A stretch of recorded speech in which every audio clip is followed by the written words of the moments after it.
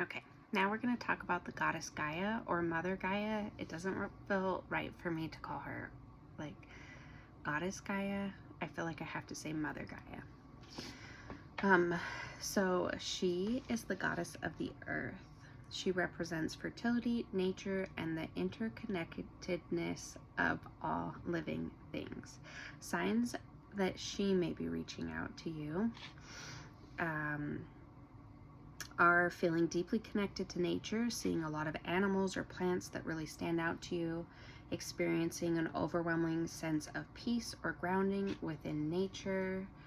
The colors that are her are very earth tone colors, so greens, browns, earth tones, blues, whites.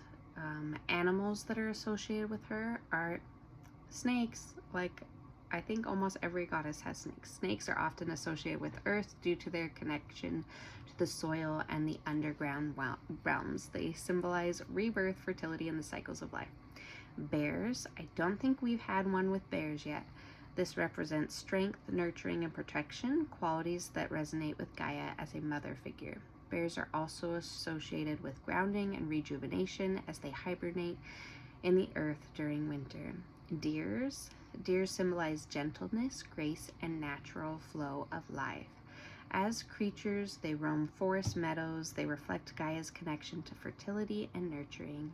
Rabbits are symbolic of fertility, abundance, and new beginnings. Also goes with Mother Gaia. Cows come up a lot in the goddesses. They're sacred for nourishment, abundance, and sustaining aspects of the earth. Birds, such as doves and owls, they're associated with peace, spiritual renewal, wisdom, and mystical connections. Wolves, as pack animals, they symbolize community, instincts, and the wild spirit. Elephants, their family, strength, sustainability.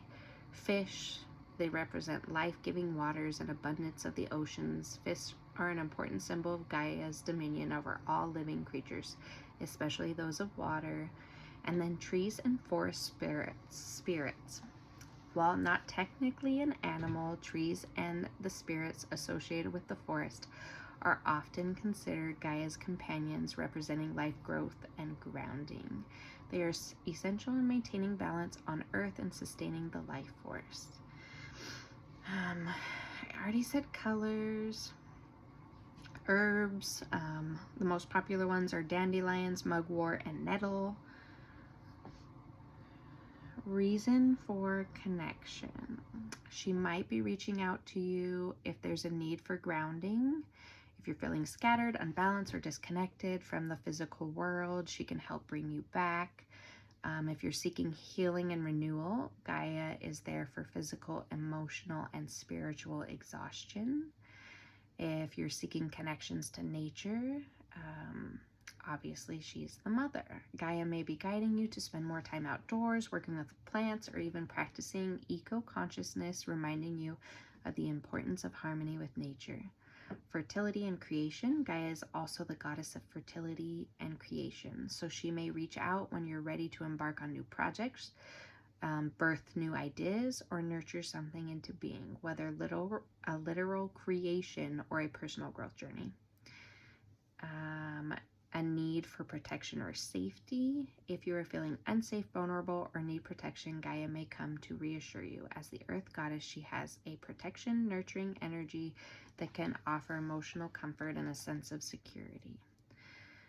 Balance in life. Gaia may reach out if you're facing challenges in balancing your personal, spiritual, or physical well-being. She helps creating harmony and reminding you to take care of all aspects of your being in order to thrive.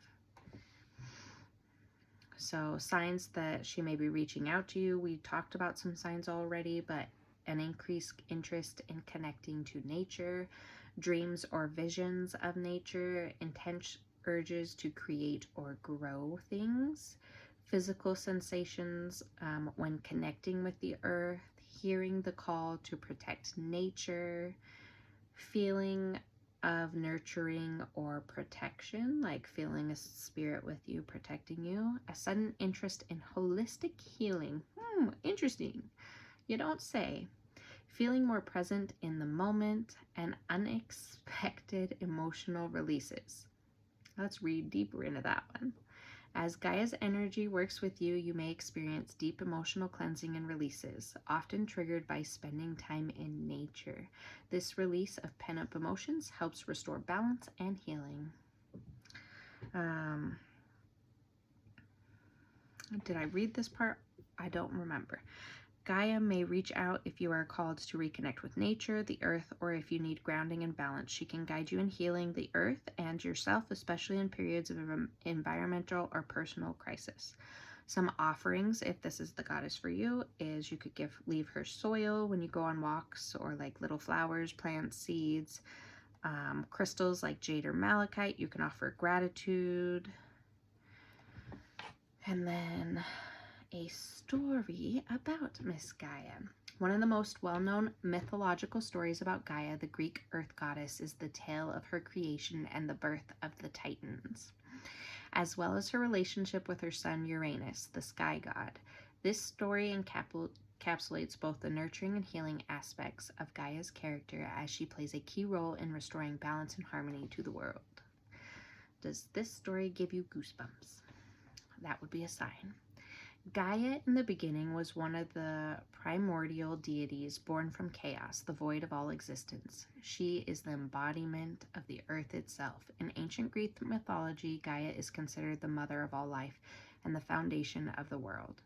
From the union of Gaia and Uranus, the sky, she gave birth to the Titans, powerful beings who ruled the world before the gods of Mount Olympus. She also birthed the Cyclopses and the Giants, being that would eventually become significant figures in Greek mythology. However, while Gaia's creation was one of beauty and fertility, it was marred by the oppressive actions of her husband, Uranus.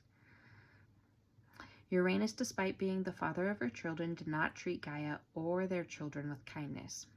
In fact, he feared the strength of his offspring and imprisoned the Titans, Cyclopses, and the giant thing deep within the earth in the dark abyss of Tartarus to prevent them from becoming too powerful.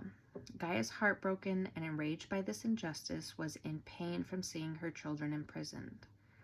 Is this like what do they call that thing where you remember this differently? Like, I thought Zeus imprisoned the Titans. Or is this a completely different story? Anyways, we'll keep going. Cried out for healing and justice. It was at this moment that Gaia took action to restore balance. Gaia called upon her youngest son, Cronus, who had already begun to feel the burden of his father's tyranny. Gaia gave Cronus a sickle made of flint, urging him to overthrow Uranus and free the imprisoned children. With Gaia's encouragement and support, Cronus ambushed his father and, castrated him, symbolically serving Uranus' oppressive reign over both severing Uranus's oppressive reign over both the earth and the heavens. The healing aspect of this story lies in the act of liberation. By overthrowing Uranus, Gaia helped bring justice, restoration, and freedom to her children and the earth itself. This act not only healed Gaia's emotional pain from the imprisonment of her children, but also brought about a new era in which the Titans were freed and the earth could once again thrive in harmony. Gaia's act of freeing her children represents her role as the nurturer and healer of the earth. She is the one who provided the sustenance for all beings, and when necessary, stepped in to restore balance through action. Her healing is not only physical, but also deeply spiritual, representing the earth's resilience and her ability to bring harmony and life back into the world. After the overthrow of Uranus, the earth was no longer under the tyranny rule of the sky god. Gaia's children, the Titans, began to rule the earth more justly, and the earth itself flourished. Balance was restored to the cosmos, showing that Gaia's power as the earth goddess was not just in her ability to create life, but also in her wisdom and strength to heal the wounds caused by imbalance and injustices. This story illuminates Gaia's role as the healer and restorer of balance. She teaches us the importance of standing up against oppression, embracing the strength to act when faced with imbalances, and understanding that healing often involves the restoration of justice and freedom. Gaia's nurturing energy is not passive but active, showing that healing can involve fierce action, liberation when needed. Very interesting. So if this is the goddess for you, spend more time outdoors, work on environmental or personal healing projects, practice grounding techniques like walking barefoot or gardening, and connecting with nature regularly. Set up your little altar for her. If there's things that you feel called to do for her, always follow your intuition and not what somebody else says. And I hope that this helps.